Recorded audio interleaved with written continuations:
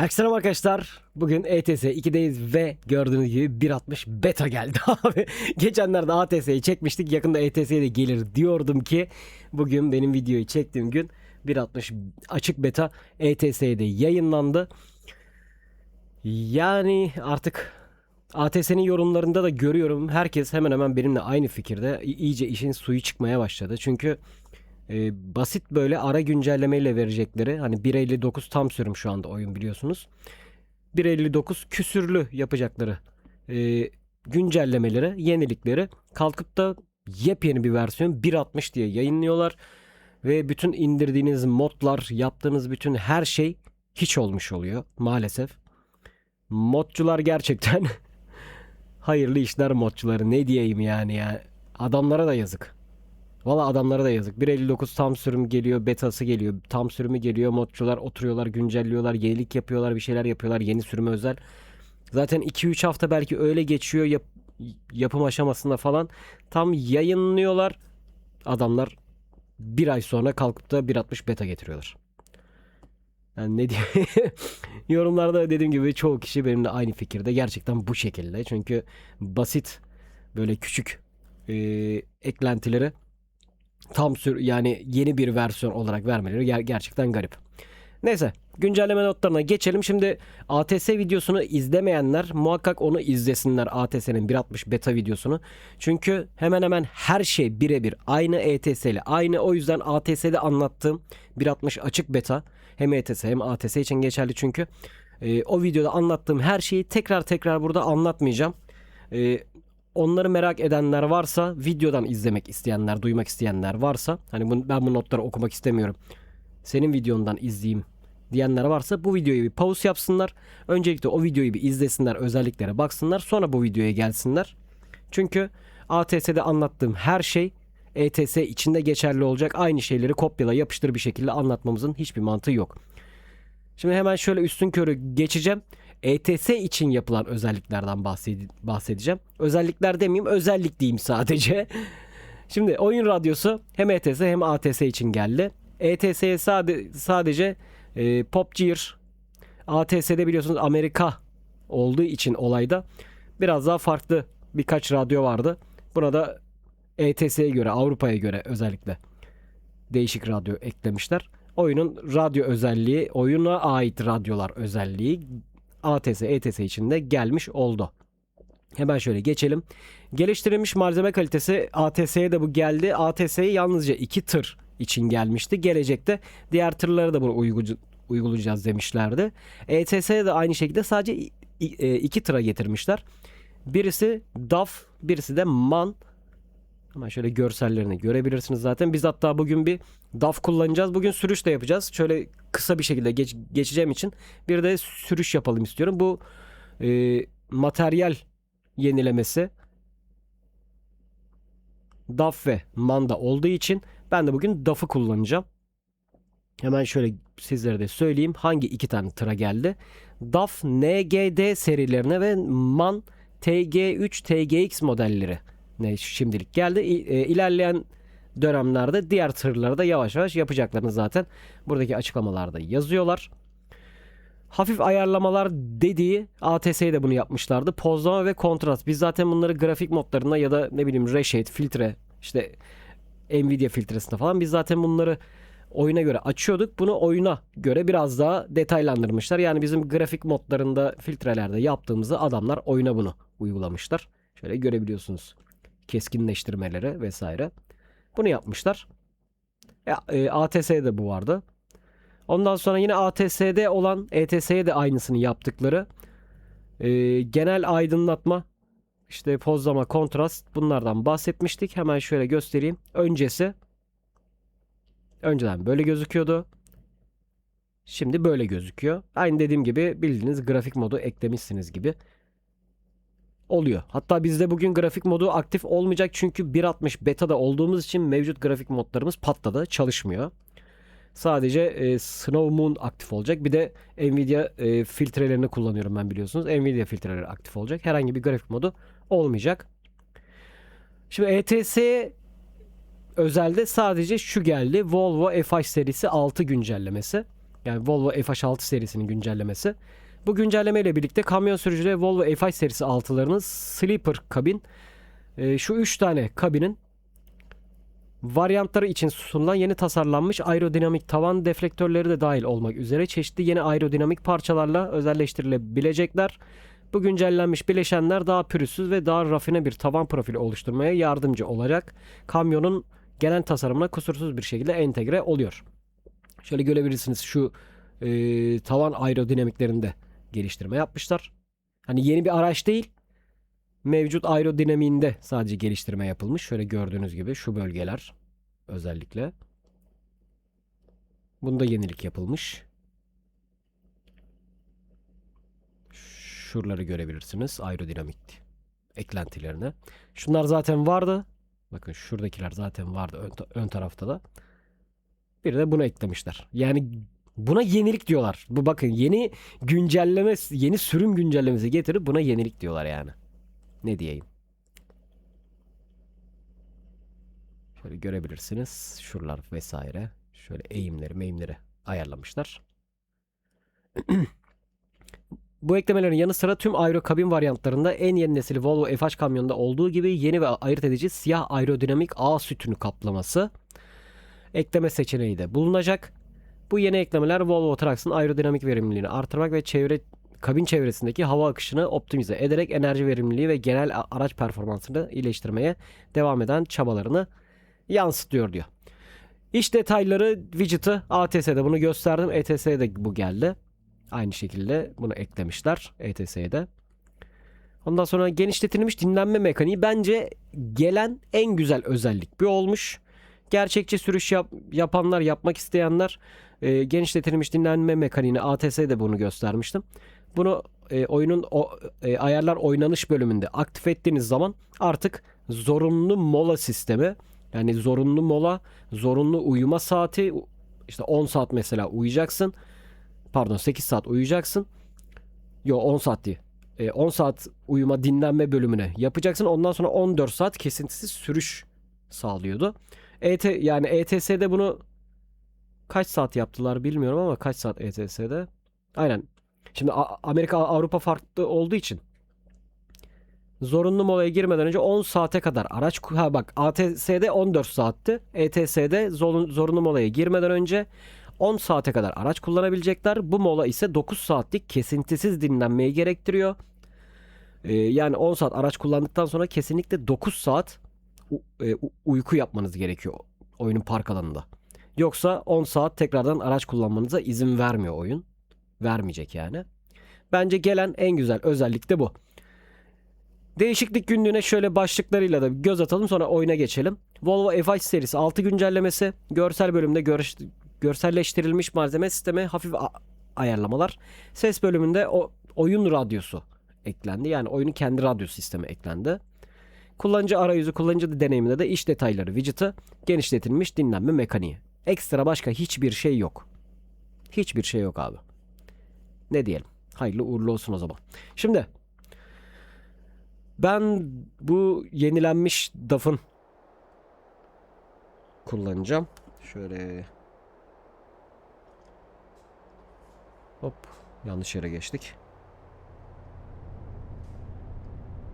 Klavyede F fonksiyonları, şu benim kablosuz klavyede kullandığım F fonksiyonları, yani F tuşları fonksiyon tuşuyla çalıştığı için ezbere şey yapamıyorum. Bakarak yapmam gerekiyor. Hemen şöyle, benim şunu ayarlamam lazım tabii ki. Şöyle oturacağız. Böyle kullanırız. Tamam, sıfırlamış olduk. Yani gördüğünüz gibi materyal kalitelerinde iyileştirmeler var bu araçta.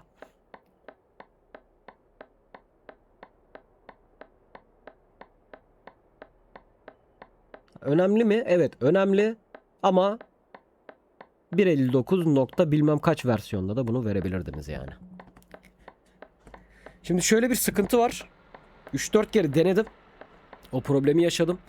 Bilmiyorum siz yaşar mısınız, yaşamaz mısınız beta kullanıcıları? Şu dörtlüğü bir kapatalım. Yük almak için şimdi ESC menüsünden harici yüklerden hangi şehirden yük alacaksam onu seçiyorum mesela. Şehre ışınlanıyorum, şirkete geliyorum. Sıfır kamerasını indiriyorum. Şirketin yük alma bölümünden yükü seçiyorum. İşi al dediğim anda oyundan atıyor beni. Farklı şehirlerde denedim. Yine aynı şekilde oyundan attı. Benden mi kaynaklanıyor yoksa oyunun beta sürümünde mi problem var? Hiçbir fikrim yok. Eğer sizler de 1.60 beta yapıp bunu denerseniz yorumlara muhakkak yazın. Ben de bilgilenmiş olayım. Benden mi kaynaklanıyor? Oyunu genel bir güncelleme ile alakalı problem mi? Ben de bunu öğrenmiş olurum. Hadi bakalım aracımızı şöyle çalıştıralım. O yüzden yük alamadım. Boş gideceğiz.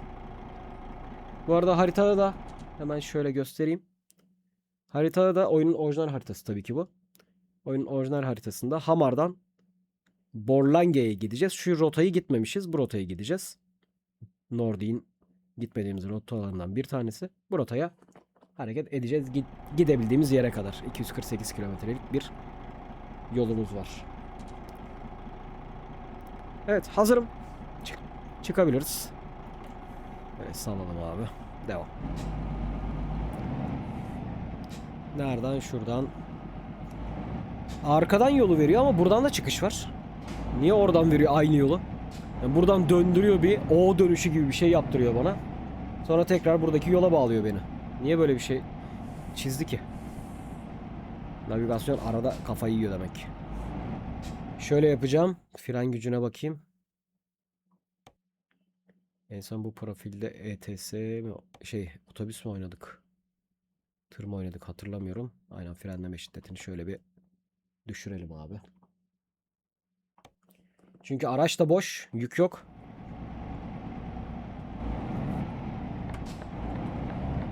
Yük olmadığı için ani frenleme yapıyor bir anda.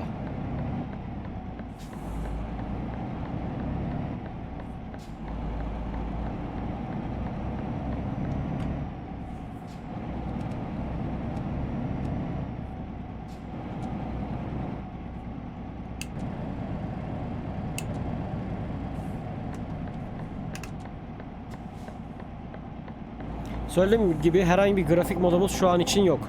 Sadece Snow Moon aktif. O da 1.60 betada çalışıyor. Zaten sitelerinde de açıklama yapmışlar. 1.60 betada kullanmak için Preview sürümünü indirmeniz lazım diye. Hem ETS hem ATS indirip onları attım ben. ATS'yi de aynı şekilde kullandım. ETS'yi de 1.60 beta sürümünde kullanıyoruz şu anda.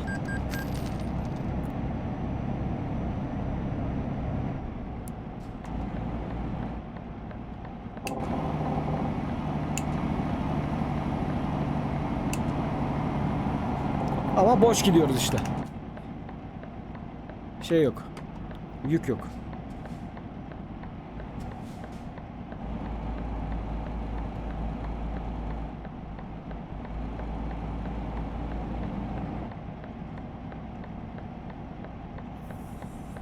Abi nereden gidiyoruz? Şöyle.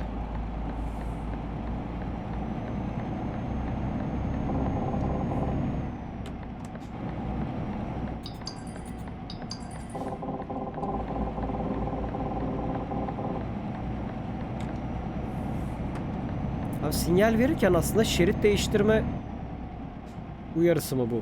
Şeritten hani kayma uyarısı mı oluyor artık? Neyden dolayı bunu yapıyorsa? Bak şu an yapmadı mesela. Ya da şuraya çıkınca mı? Yok. Yok, şimdi yaptı. Peki buradan çıkınca? Burada da veriyor ama sinyal verince yapmaması lazım normalde bunu.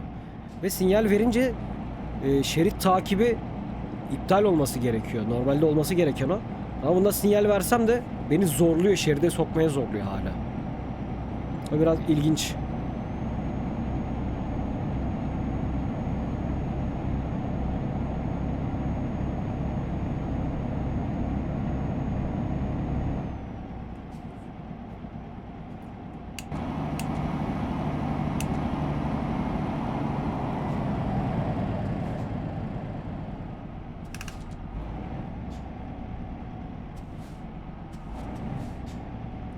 Bu arada grafikler gözüme güzel gözüktü. Herhangi bir grafik modu yok şu an dediğim gibi. Yani bir şeylerle oynamışlar. Grafik modu varmış gibi şu anda o şeyler. Renkler, dokular. Hani o keskinleştirmeler, pozlamalar işe yaramış.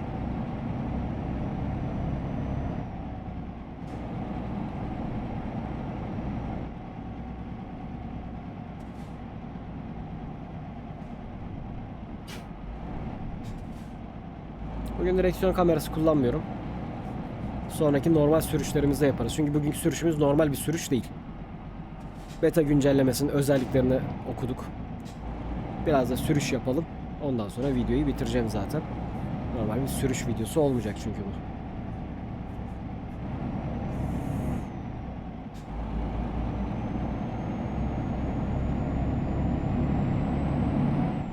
Yükümüz bile yok yani. Ne yapayım? Yük yok abi. Yük alamadım. 3 kere mi 4 kere mi ne denedim. Hatta birisinde aracı yapılandırdım. Dorseyi yapılandırdım. Oyunu kaydetmedim. Yani yaptıktan sonra kaydetmedim.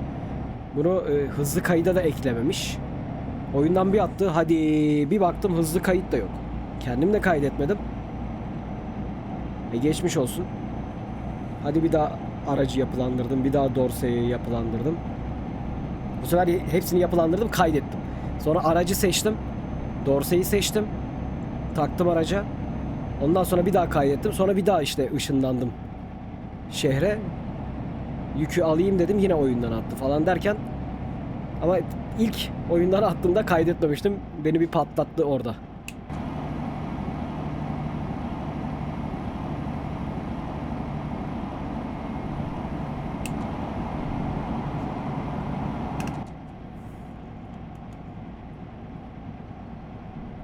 Gerçekten gözüme bir farklı geldi ya oyun.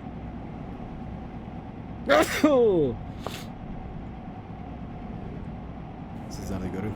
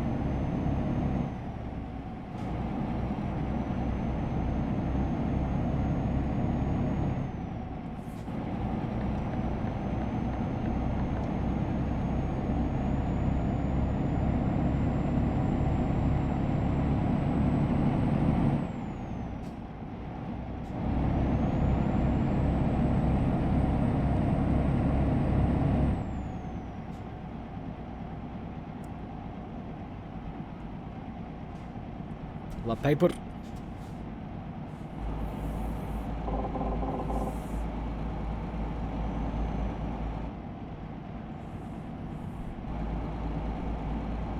Dayı ak git ya, ak git ya. Niye yavaşlıyorsun bu kadar? Geçemiyoruz da. Yol güzelmiş ama. Orman arası. Güzel bir yol yapmışlar.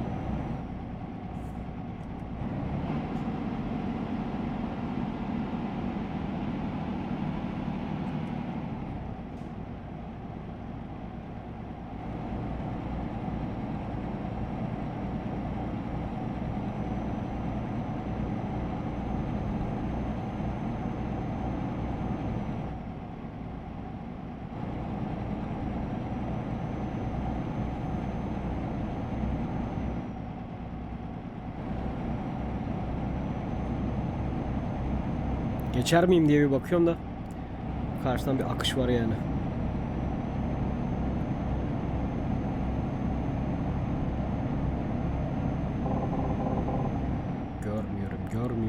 Viraj var.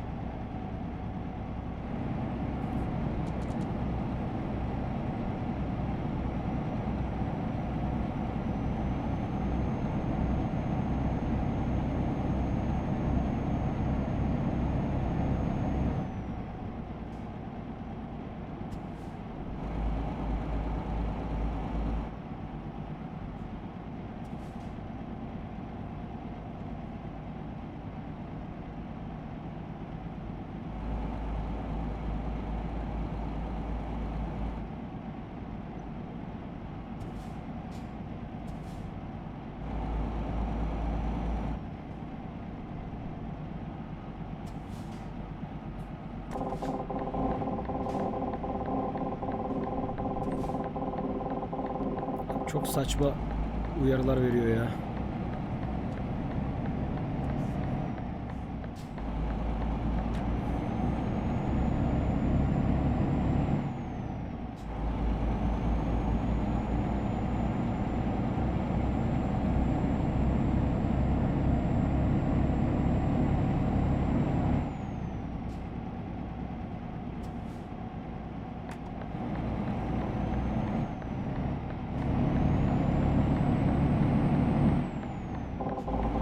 Görmeden çıktım. Hadi bakalım.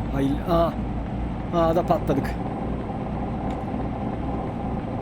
Yandaki aracı dokundurduk biraz. Yapacak bir şey yok. Vallahi dokundurdum.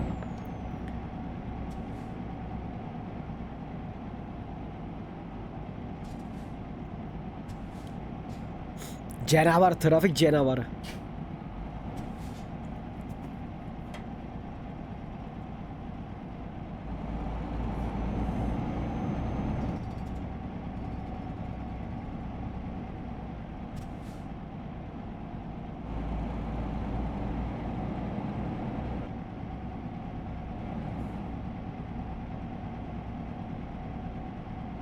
Moza bu haritayı güncellememiş herhalde.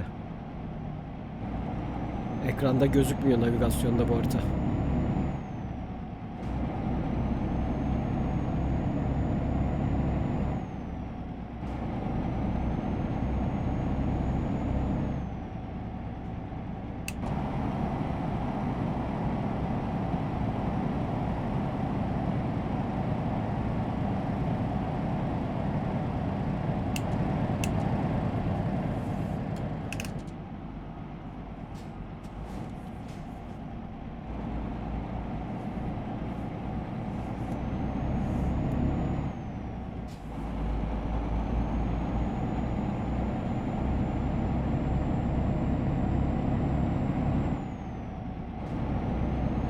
Bir gün şeyi deneyeceğim ya.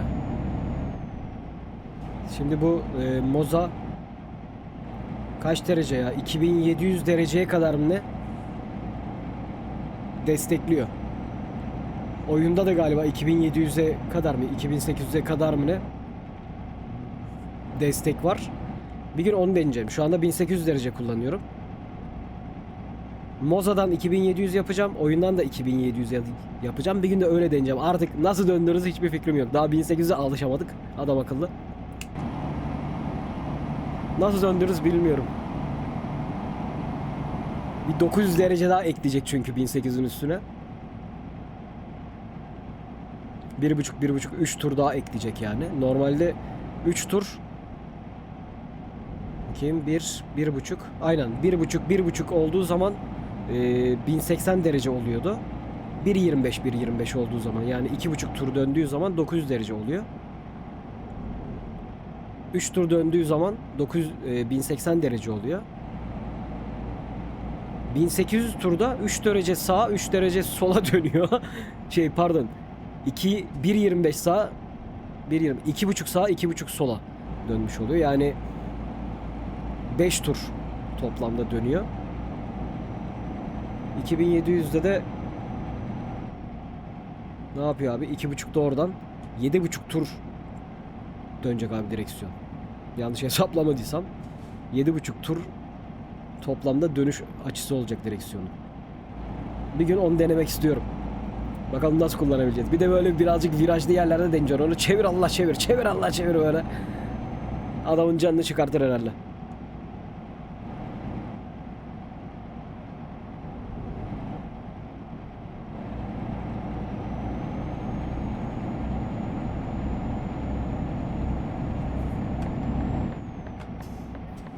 Geçeyim dedim yine olmadı. Gerçi geçsem nereye kadar geçebileceğim? Şimdi polise yapıştıracağız arkadan. Şurada bir dinlenme alanı var. O dinlenme alanına girip bitirebiliriz ya. Ben işaretledim böyle rastgele önümüzdeki en yakın şehre işaretledim ama oraya kadar gitmeye gerek yok. Şurada bir dinlenme alanı var. Buraya gireriz bence.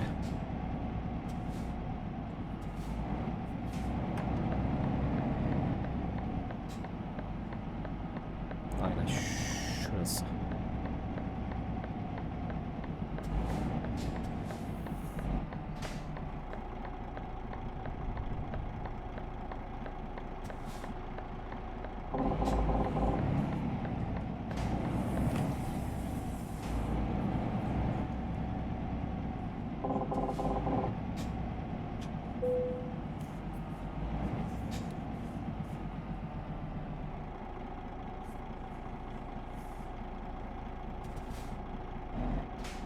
Aha daha fazla gitmiyor ileri. Görünmez duvar var. Şimdi bak yine şöyle yapacağım. Aynaya göre tam düz ayarlayacağım. Bakalım yine yamuk gözükecek mi?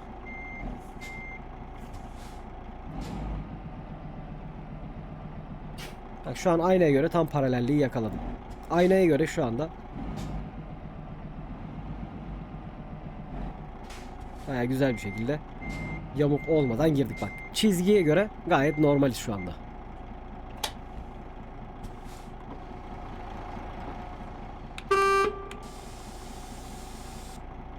Şu an gayet normaliz ama. Tamam, stop ettim. Kontak açık kalsın. Bakalım herhangi bir yamukluk var mı? Genelde yamuk oluyor çünkü. Aynaya göre hareket etseniz de yamuk park etmiş oluyorsunuz. Ben şuradan bakayım. Evet bak. Bak abi. Bak aynada nasıl gözüküyor? Burada nasıl park etmişim gözüküyor. Oyunun aynaları da bozuk arkadaş. Bak böyle bir park modeli var mı ya? Halbuki bak şimdi. Bak aynaya bak abi. Ben öyle yamuk mu girmişim Allah'ın aşkına? Ne alaka yani değil mi? Her iki aynada da gayet dümdüz ip gibi girmişim gözüküyor. Hiçbir yamukluk yok. Ama gel gelelim. Şuna bak. Duruşa bak. Böyle bir model mi var ya? Abi oyunun her şeyinde bir sıkıntı var yani. Her yerde bir patlaklık yaşatıyor bize yani oyun. Ya şunları düzeltin. Ondan sonra gelin abi. Şunları düzeltin ondan sonra versiyon güncellemesi verin. Ara güncellemelerle verin bu tarz şeyleri. Kalkıp da tam sürüm yani yeni bir versiyon olarak vermeyin gözünüzü sevdiklerim ya. Yılların firmasısınız ama maalesef. Rakip yok rakip. Gerçekten rakip yok. Hep ondan oluyor bunlar. Neyse adamlar en son bana şey yapacak yani. Yeter lan bu kadar bizi kötülediğin falan diye. Evet arkadaşlar izlediğiniz için teşekkür ediyorum. Beğendiyseniz beğen butonuna basmayı unutmayın. Bir sonraki videomda görüşmek üzere. Kendinize iyi bakın. Hoşçakalın.